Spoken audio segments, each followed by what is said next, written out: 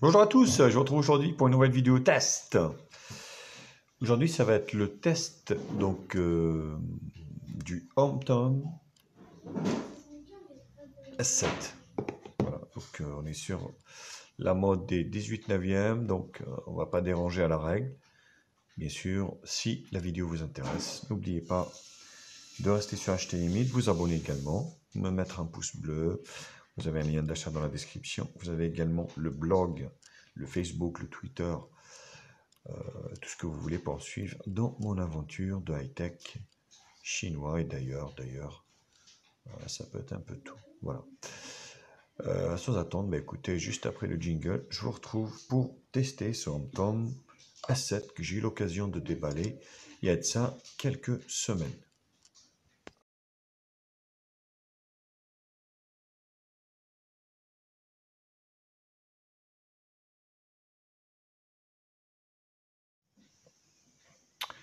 Donc, pour info, je suis en train de tester et de filmer avec le Humidigi A1 Pro. Vous me direz ce que vous en pensez. Voilà, de la qualité de la vidéo pour ce Humidigi. Donc, le HomeTom S7. Les caractéristiques, on va relire ce qu'il y avait sur la boîte. Donc, HomeTom S7, l'écran le processeur, le MT6737, quad-core cadence 1 Go 3. Il accepte 2 nano SIM ou une nano SIM et une micro SD. Il est sur Android 7, il est GPS à GPS, un écran HD 1280 x, même pas HD en fait, x 640. Caméra arrière de 13 et 2, 8 à l'avant. Donc il est à 3 Go de RAM, 32 Go de RAM, une batterie de 2900 mAh. Au niveau des dimensions, il fait 150 de largeur sur 71,7 de longueur, 150 de longueur, 71 de largeur et 7 mm 7 au niveau de l'épaisseur. Je refais un tour du propriétaire.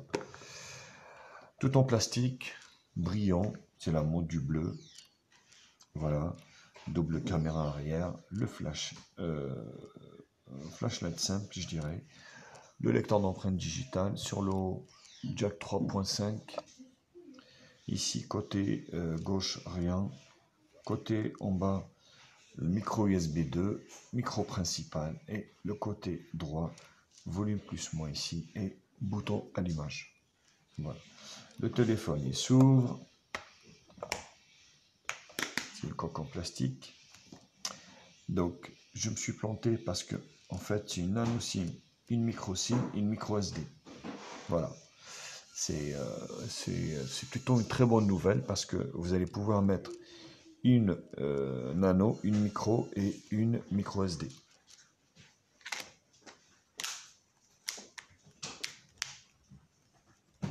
Voilà. Donc la housse a été livrée avec, elle lui va super bien. Au niveau, on va le faire de suite.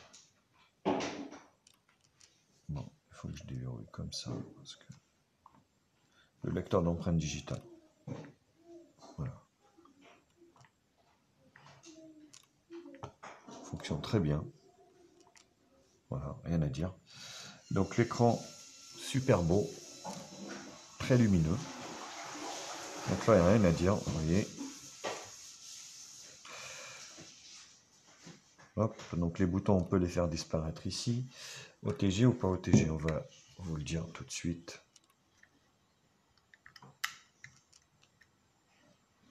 Voilà, donc le téléphone n'est pas OTG.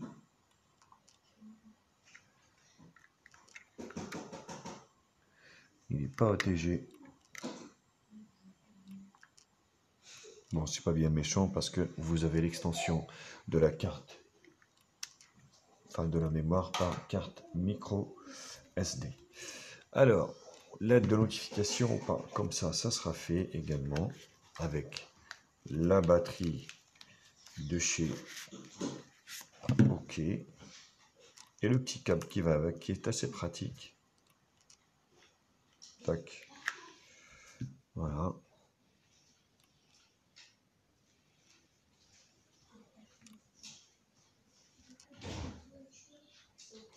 Il y a bien une lettre de notification qui se trouve ici, sur la partie haute, à gauche. Très bon point.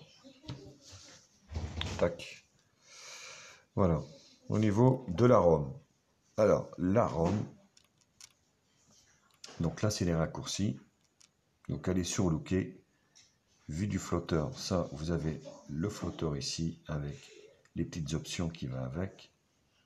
Vous voyez, le multitâche. Tac. Capture d'écran, économisant de batterie précédente. Donc vous pouvez l'enlever d'ici, c'est plutôt bien vu de la part de chez TomTom. Localisation, voilà, enregistrement, hot knot, transfert de fichiers par technologie Mediatek. Donc vous voyez, les icônes sont arrondies, elles sont toutes de la même taille, c'est plutôt harmonieux on va dire, et c'est plutôt plaisant. Parce que le pire en fait c'est d'avoir chacune, on va dire, des applications avec une taille différente. Là c'est quand même un peu moche. On a aussi le tiroir d'application ici. Voilà. Donc vous avez bien la radio ici, auquel il faudra bien sûr rajouter un casque si vous voulez écouter de la radio là-dessus. Au niveau des réglages, paramètres. Voilà, donc c'est pareil, vous avez une petite couche sur couche. Voilà, un petit autofocus. Pour info, c'est ce que je vous ai dit, je suis en train de filmer avec le Humidigi AM Pro, voir ce que ça donne. Affichage, consommation de données, reconnaissance gestuelle. Donc là, on va mettre lettres gestes, musique, voyez, U, C, W, des trucs. Notification, son, on va écouter la sonnerie.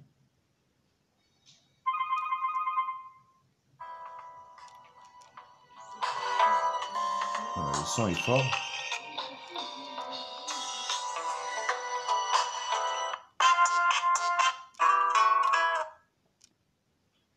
Plutôt pas mal. Autre son, ici. Et là, optimisation du son pour les enceintes, comme d'habitude. Son, application, stockage. On est bien sur un téléphone qui fait 32 Go. Voilà, de stockage. Il a du mal à gérer. Hein. On va peut-être baisser un peu la luminosité.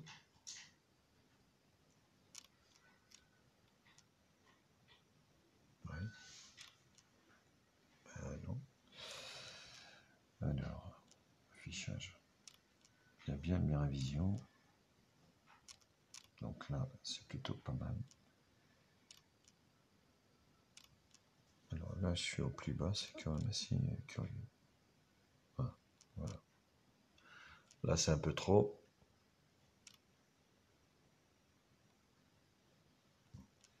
Ah, voilà. On y arrive. Stockage. Donc, 32 Go de stockage. Batterie, mémoire et 3 Go de mémoire, ce qui est plutôt un très bon compromis. Le téléphone ne lag pas. Du speed, localisation, sécurité, compte, sécurité, schéma, empreinte digitale. Voilà.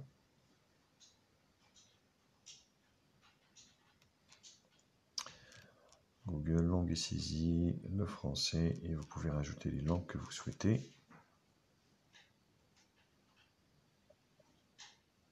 À propos du téléphone, mise à jour, vous avez les mises à jour au tas, qui est plutôt un bon point.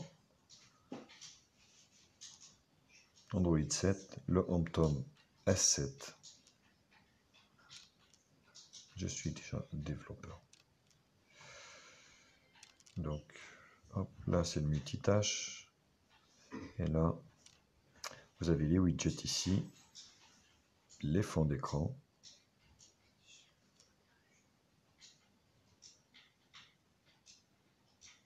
les thèmes. Vous avez 4 thèmes. Malheureusement, vous n'allez pas pouvoir en télécharger plus.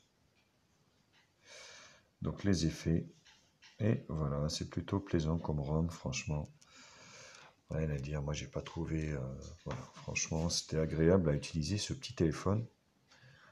C'était plutôt très agréable même. Au niveau des communications, vous voyez, donc je suis en 4G. Parce que j'en ai pas parlé, mais il est full 2G, full 3G, full 4G, sauf la B28, forcément la 700 MHz, qui est utilisée beaucoup plus chiffrée. Voilà. Donc là, j'ai pas eu de problème. Menu principal. Pour personnaliser votre répondeur, tapez 3. Pour accéder au service de renvoi d'appel, tapez 5. Pour une présentation de votre répondeur, tapez 0. Vous voyez, ça bascule en 3G et hop, directement, ça revient en 4G. Franchement, il n'y a rien à dire au niveau du réseau. Vous voyez, plutôt très bien. Voilà, moi, j'ai pas eu de difficulté par rapport à ce téléphone. Eh bien, écoutez, c'était la première partie présentation et spécification. Je vous retrouve pour la deuxième partie benchmark pour voir un peu ce qu'il a dans le ventre ce Tom S7.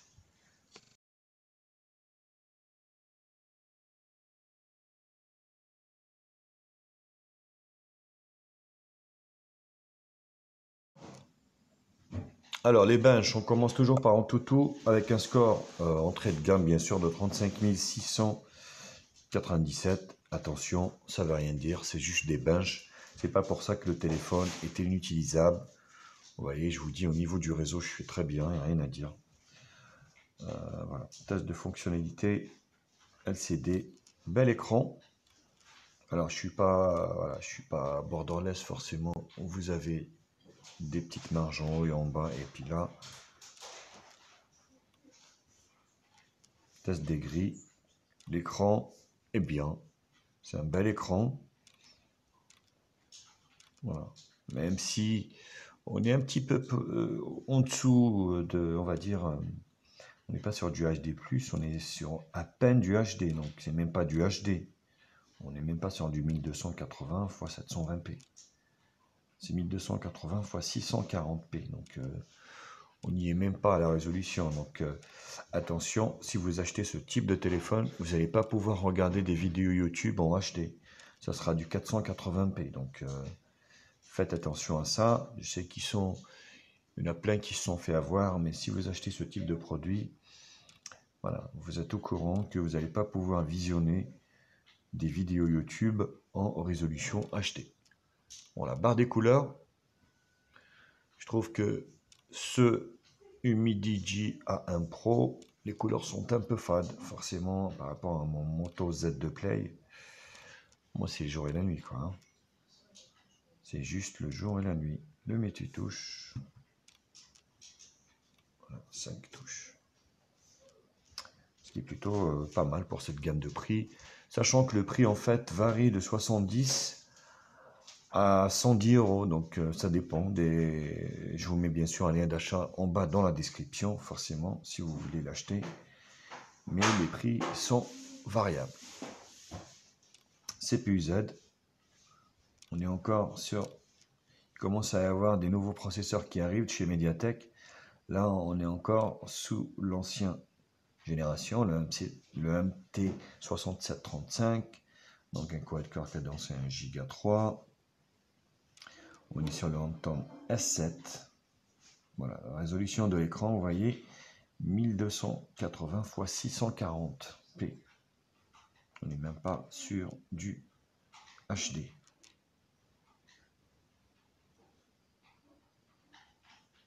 Alors, système, donc Android 7, API 24. Là, c'est pareil, commence à avoir les téléphones qui arrivent sous Android 8. Maintenant, les capteurs, l'accéléromètre, capteur de lumière et de proximité. C'est tout. Donc, vous n'avez pas grand-chose à ce niveau-là. Les photos réelles.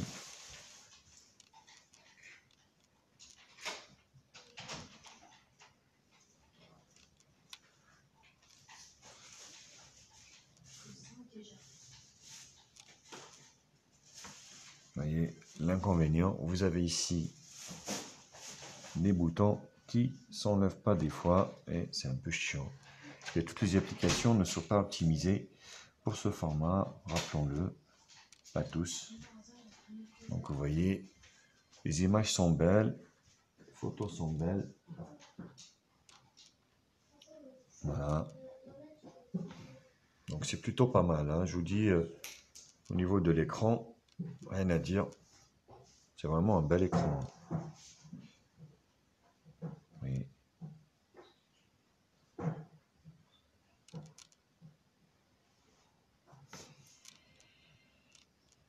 Alors ça c'est fait. The device. GPS. Donc voilà, la radio est liée. Accéléromètre. Je vous laisse voir forcément ici. Tac. Les bandes.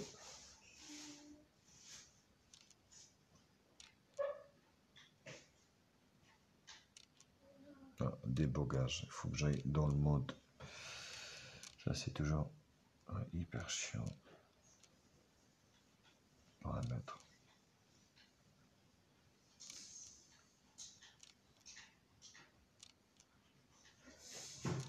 Alors, l'option développeur, le débogage.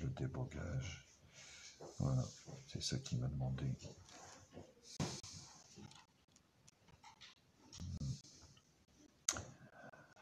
Au niveau des bandes de fréquence 3G, donc la SIM 1 Full 2G et la SIM 2. Alors Full 2G, Full 3G 900, 850, 2100 et Full 4G B1, B3, B7, B8, B20, pas de B28 comme je vous l'avais expliqué sur ce modèle, mais c'est pas pour ça que vous n'aurez pas la 4G forcément. Donc ça c'est vu, les bandes c'est vu, et le reste c'est du screenshot. Hop. Score Antutu 35 686. Le multitouche 5 touches au niveau de l'écran. Geekbench 568 single core et 1548 multicore. Réseau descendant ascendant. 3D Mark 99, voilà, c'est des scores low cost. Hein.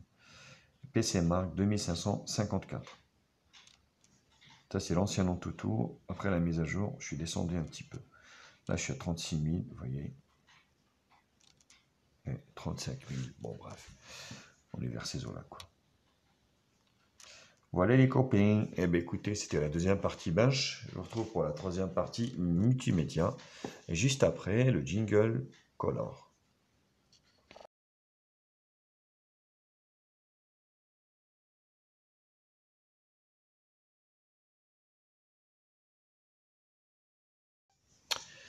On commence par la vidéo. Donc vous voyez, l'image est belle. Au format 18/9, c'est quand même super. Et figurez-vous que je ne suis pas en résolution HD. Eh oui, je suis qu'en 480p et je ne peux pas aller au-delà. Tout simplement parce que je n'arrive pas à la résolution HD. Je suis en 1280 x 640. Ce qui fait que vous allez pouvoir mater des vidéos qu'en 480p. C'est l'inconvénient pour quelques-uns. Hein. Après, voilà, je vous défie. Oui, quand on se rapproche comme ça, effectivement, on voit légèrement les pixels. Même pas. Vous voyez. Les photos, enfin, les couleurs sont belles. Hein. Franchement, le contraste est respecté, rien à dire.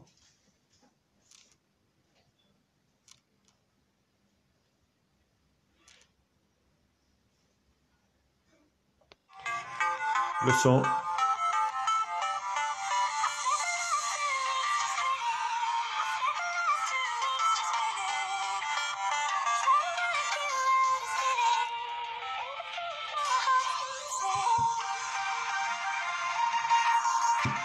Voilà, le son est légèrement étouffé.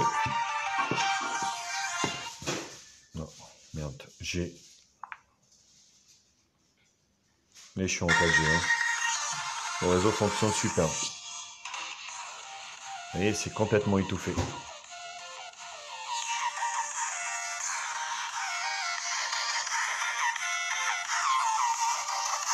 Le son n'est pas très fort. Hein. Il est juste moyen.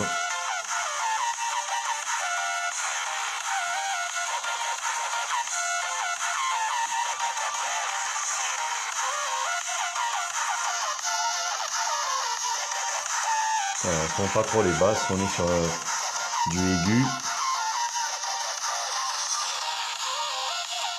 Non, c'est pas, c'est juste moyen.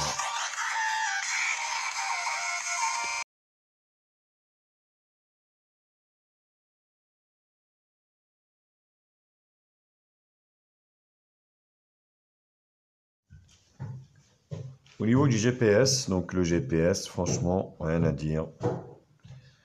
Bon, ça commence à devenir une habitude, hein. Forcément, ça fonctionne plutôt bien. Donc, il vous emmènera où vous voulez. J'ai pas eu de décrochage, ni quoi que ce soit. Comme d'habitude, bien sûr, je vous ai fait une vidéo en conditions au relais réel de conduite. Donc, je vous laisse voir la vidéo démo et puis je vous retrouve juste après pour la suite du test. Bonjour, je retrouve aujourd'hui pour le test du GPS du HomeTom A7.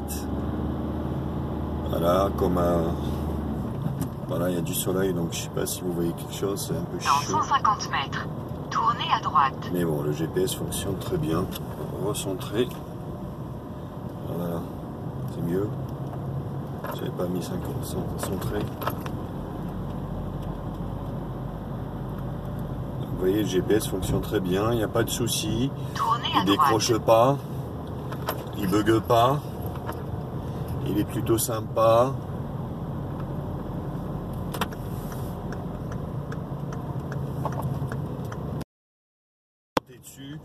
C'est un bon point pour ce Dans 100 mètres, au rond-point, prenez la première sortie. Vous voyez, pas de souci là-dessus.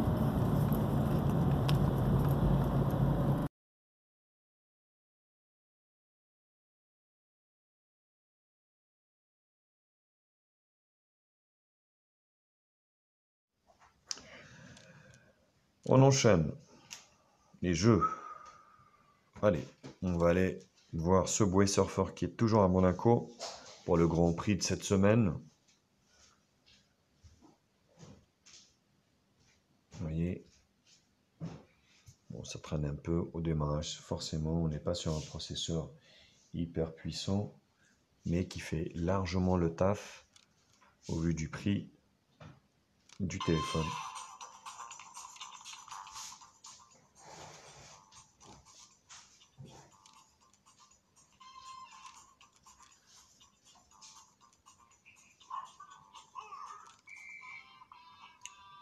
Voilà, ça fonctionne pour les petits jeux, rien à dire.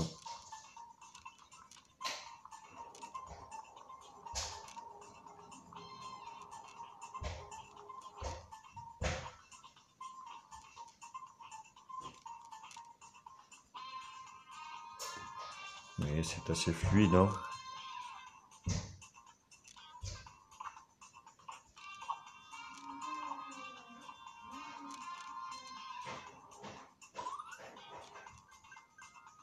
Avec des petits lags de temps en temps.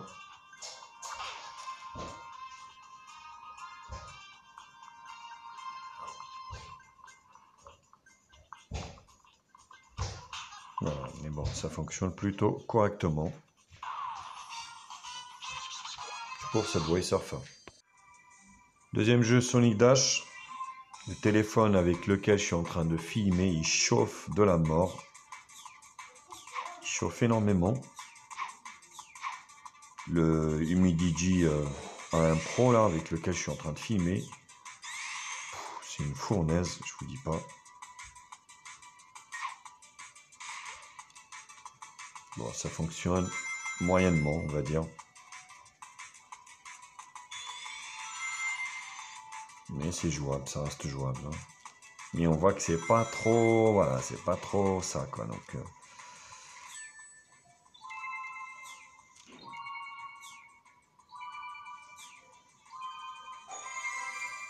Ça reste moyen, hein, c'est pas non plus, voilà, c'est pas...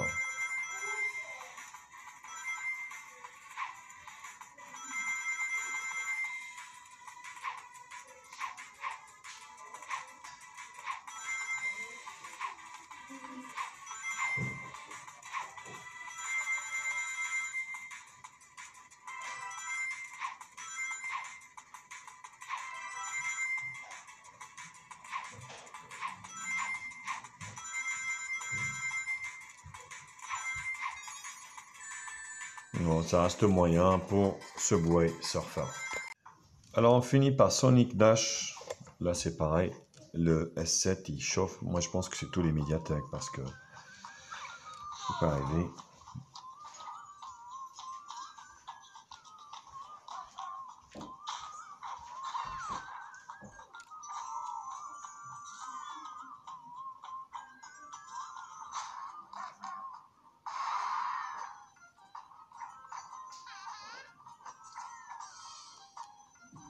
Bon, c'est moyen.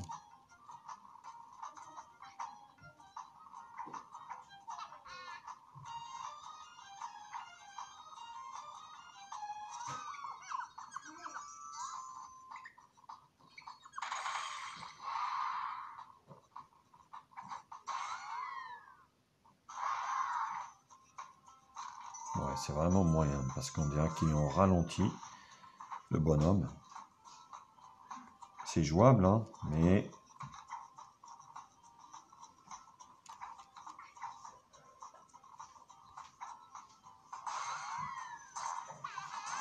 c'est pas aussi fluide que ça. C'est vraiment très moyen. Faut pas s'attendre à des miracles, vous voyez. C'est un petit processeur qui chauffe dès qu'on commence à faire quelques tâches.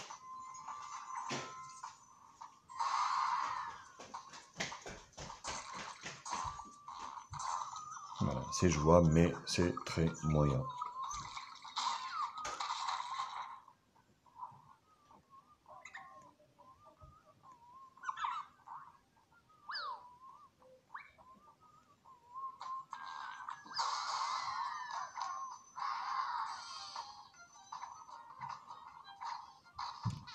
Bon, voilà, c'est très très moyen, on va dire, au niveau de Rayman pour ce jeu.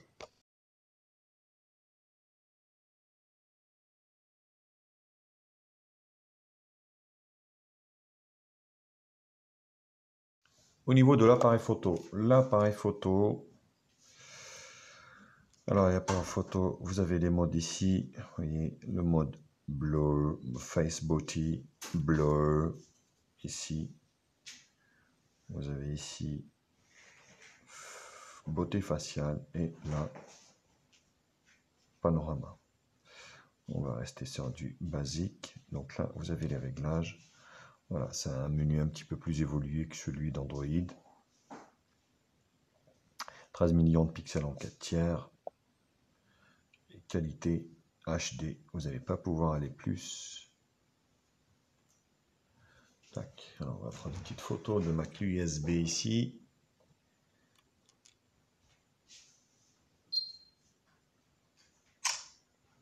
Voilà.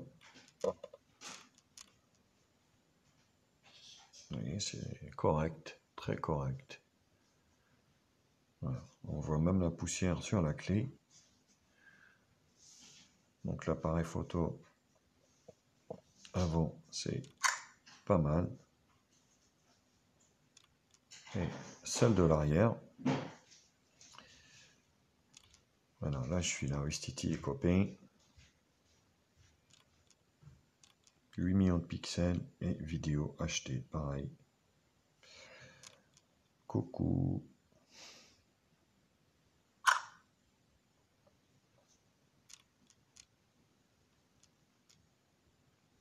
Bon, forcément, quand j'agrandis, ça granule. Ouais, le Humidigi A1 Pro, qui est juste, voilà, moyen, quoi. C'est moyen. Bon, pour juger vous-même, bien sûr, de la qualité de cet appareil photo. Comme d'habitude, je vous ai fait des photos extérieures. Bon, il chauffe vite et il refroidit vite, on va dire. Je vous ai fait des photos à l'extérieur, donc pour juger vous-même de la qualité de l'appareil. Je vous laisse voir ces photos vidéo, puis moi je vous retrouve pour la partie conclusion, pour conclure sur HomeTom S7.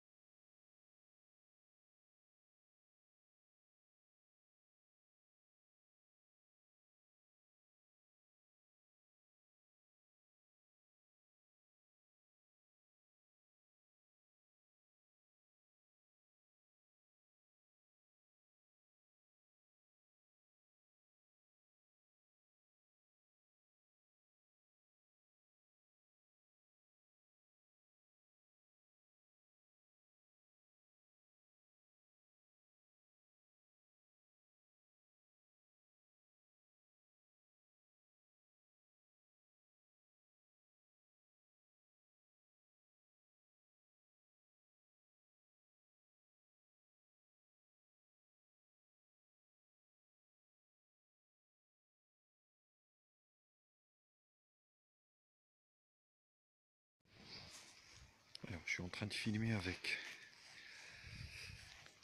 la caméra arrière de ce HomeTom S7 qui m'avait déçu lors de la prise en main. Donc j'étais pas très convaincu, on va dire, parce que ça faisait, en fait j'étais en contre-jour aussi, il faut le dire. Mais là ça m'a l'air beaucoup mieux hein, quand même. Vous voyez. Donc plutôt pas mal, moi je dirais. Mais parce que là j'enchaîne les tests. Je trouve qu'il est moins convaincant que le China Mobile que je viens de tester juste avant, car le rendu était beaucoup mieux sur le China Mobile. C'est juste un truc de dingue quoi. Forcément, je reviens toujours au prix. Donc celui-là il vaut dans les 80 €, je crois, 90. Et le China il est dans les 50 €. Donc il y a 30-40 € de différence. Et ici, l'autofocus, vous voyez.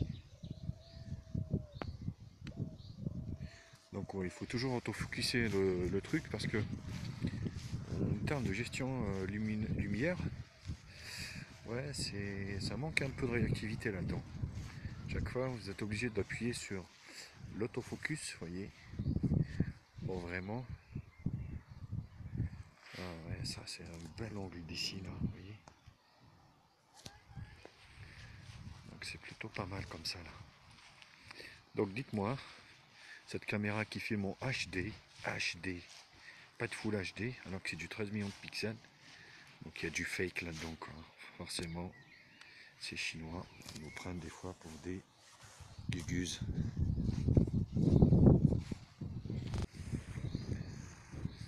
Alors la caméra de devant de ce HomeTom S7, c'est juste on va dire une catastrophe. Voilà, c'est mieux déjà. Voilà, c'est beaucoup mieux là. Tout à l'heure, ils étaient à moitié jaune, rouge. Là, ça saccade un peu au niveau de la vidéo, donc je suis censé filmer en HD. Mais bon, ça saccade là sur l'écran. Je ne sais pas ce que ça donnera en fait. sur l'ordi, mais là, c'est pas trop terrible encore. Vous voyez,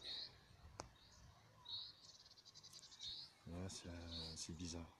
Bon, on verra bien ce que ça va donner, bien sûr. Donc n'hésitez pas à vous lâcher dans les commentaires, voir un peu.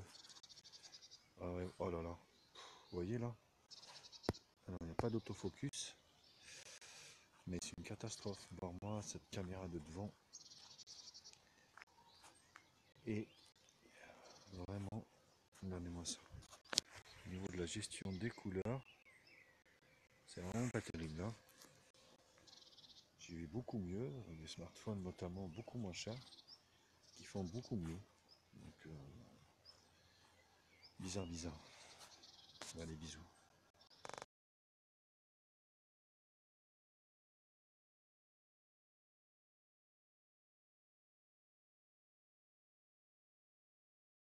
Alors, résultat des choses. Donc, une lettre de notification, un lecteur d'empreintes digitales qui fonctionne très bien, le réseau 4G, Full 4G qui est super, rien à dire.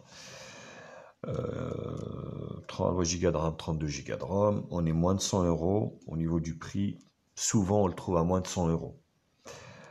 Un appareil photo arrière qui est convenable, celui devant est moins.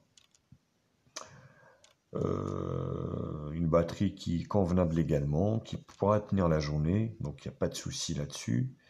Il n'est pas OTG, le son est moyen, le GPS fonctionne très bien. Ben voilà, donc je vous ai tout résumé.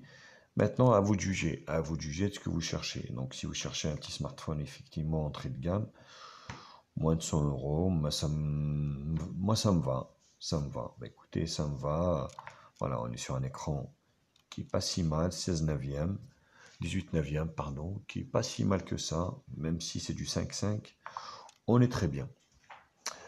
Maintenant, ce qui fâche, moi je trouve qu'il chauffe énormément, comme tous les médiathèques low cost, et même nos low cost, on va dire, ils chauffent.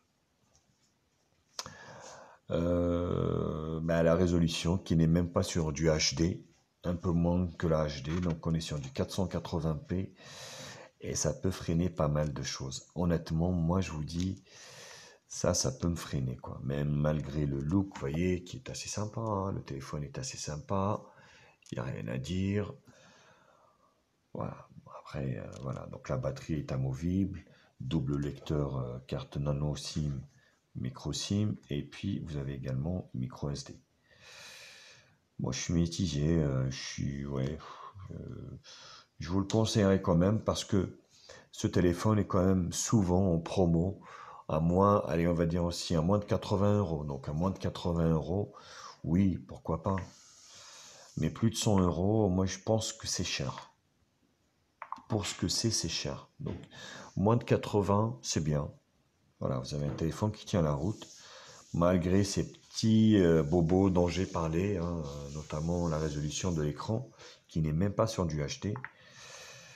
Après, c'est à vous de voir. Moi, voilà, donc je ne sais pas quoi vous dire.